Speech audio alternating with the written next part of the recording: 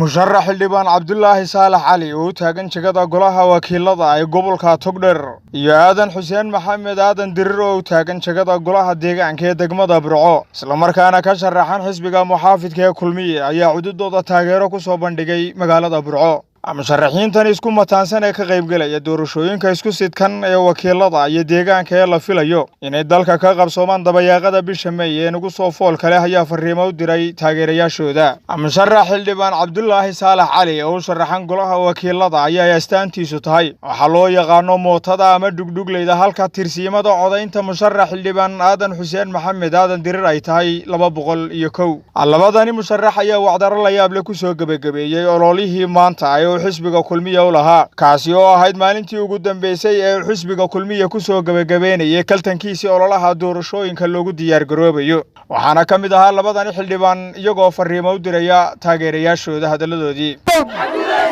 waxaynu doonaynaa baarlamaanka Soomaaliland shirkadooda Soomaaliland inuu xisbiga Kulmiye ka soo baxaynu doonaynaa maayarka magaalada Hargeysa iyo maayarka magaalada Burco iyo maayarada Soomaaliland ee degmooyinka inay Kulmiye ka soo baxaan baynu doonaynaa anagoo la deegaanka degmada Burco u sharaxanahay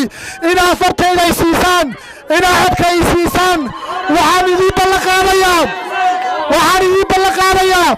Burco ka shaqeeyaan idin balaqaadayaa haday qashin tahay haday wadooyin tahay haday fayadhowr tahay haday dib u habeyn tahay haday kor u qaadis tahay haday dhibta la beero tahay haday tagga qashin ku buuxiyay tahay calaamadeedu waa tama waa 201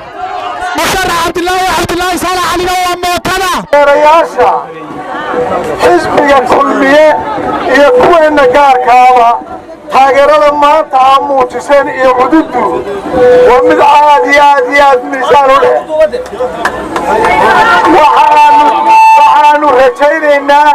waa la tartamayaa waqti yar oo 14 saacadood aynu ahnay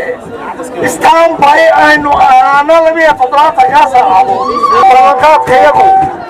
waxa weeye haddii aanu meesha tagno inaana waxba idinka عبد السامد أحمد يوسف عبد الدلو Universal TV